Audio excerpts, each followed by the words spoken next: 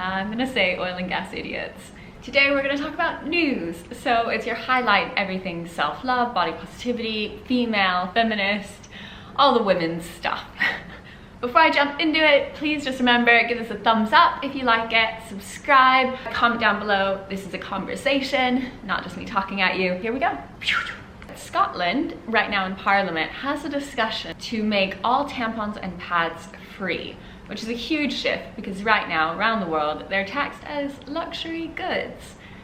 As anyone with ovaries would know, it's not exactly a luxury sensation to have your period. So, cat. Did you know tampon and pad advertising was banned until 1973? Oh, there he is, yeah. This is my life, it's just cat butts. Carabo Tebede went viral this week for some tweets that celebrated her scars. Wow, they're low-key fire, the college student said. Singer Demi Lovato released a song all around self-love this week.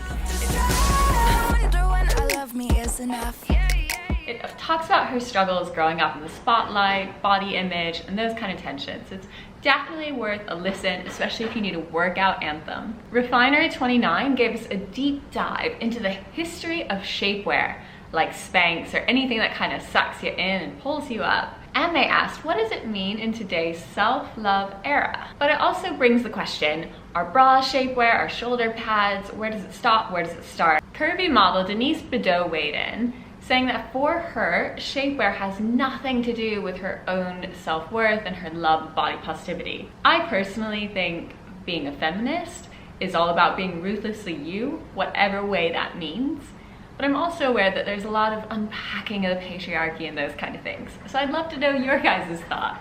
Is shapewear feminist? Does shapewear ruin or support self-love? Let me know in the comments down below. Greta Thunberg, the incredible 17-year-old climate change activist who has pretty much changed the dialogue around climate change, was in the news this week thanks to some oil and gas, I'm gonna say oil and gas idiots. Basically, an Albertan oil company created a logo that looked a lot like a pretty naked Greta Thunberg.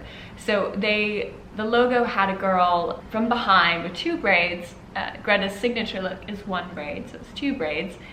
And on the back was tattooed Greta, and it was someone holding it kind of in a very aggressively sexual way. When this went viral, the company was pretty fast to point out that, well, they weren't breaking any laws because Greta's not a child, she's 17. While we're talking about Greta, Bristol Live, a UK newspaper, actually made the really bold decision of publicly naming and shaming commenters, people in the comments of articles who was threatening physical violence or being kind of viciously aggressive to Greta, who was scheduled to come and talk in Bristol. What they actually did is they took images, like pictures of the commenters, pictures and their quotes, and showed them right beneath. A lot of them were middle-aged men. When explaining their decision, Bristol Live said, the following is a fraction of the apparent calls for violence or violent intent against Greta Thunberg, and those are a fraction of the non-kind statements made. Now, I've spoken a bit about online bullying. I'm not going to go into it here. I think I'll do a separate video at some stage. But I do think if we see people being held more accountable, especially when they're attacking these youths and people who exist in media, I do think it'll cut back on it. It will, a lot of these people they would never say these things face to face. It's just being on your keyboard, separated, it makes us feel stronger and often more vicious. On the happier news, two moms have released a book all around body positivity aimed at children. It's called Her Body Can, and it features a plus-size little girl living her best life. It's our sincere hope that young girls who read this book will absorb these concepts so they don't have to work reverse self-judgment as adults. The authors, Katie Crenshaw and De Meshk, said, gosh, it's hard to pronounce names. A lot of the followers of these two moms, both of them are also like bloggers and influencers, opened up on their pages about their own struggles as children with body image. One even said, as a little girl, she remembers counting calories, feeling ashamed in her leotard, all those sorts of things. And I do know from a lot of you that this kind of self-hate, the struggle we have with ourselves, it begins at a very young age for so many of us, whether it's 5 or 6 or when we're going through puberty.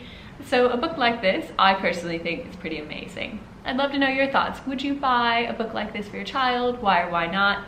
Tell me down below. On the note of body positive activists,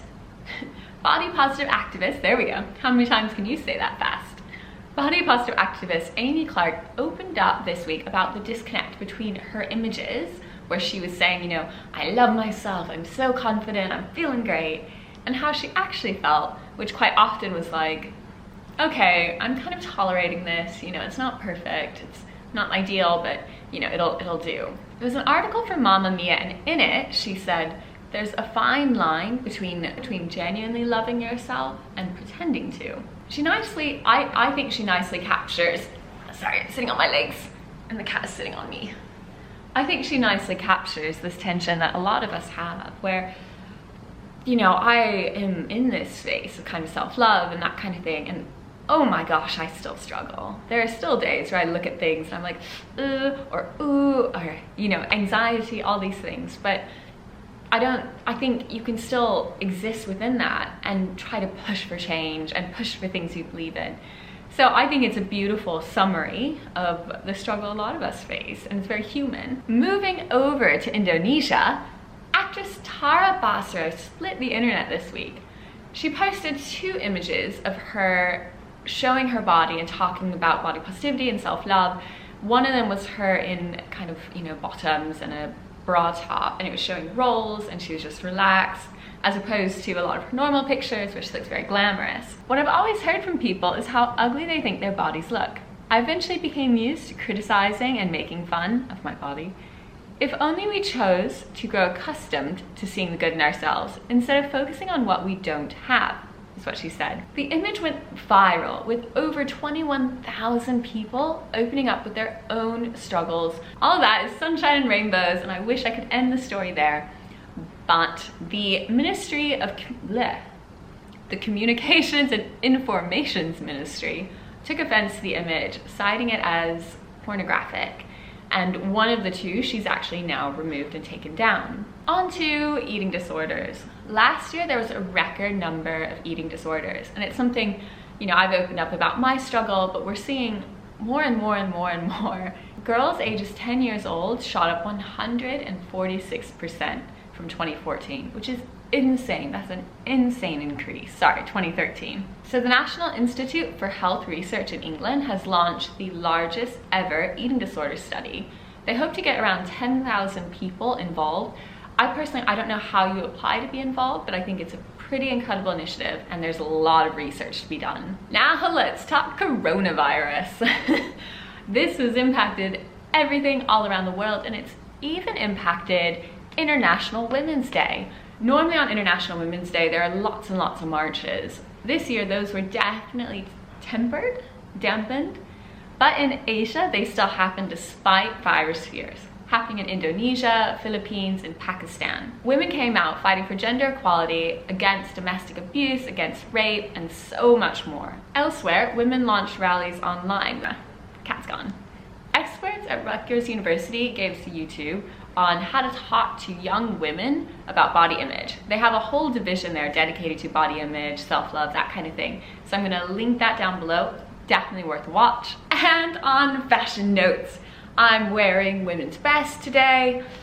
This is one of my favorite sets, although it's not sweat proof, as you can probably tell from the underarms.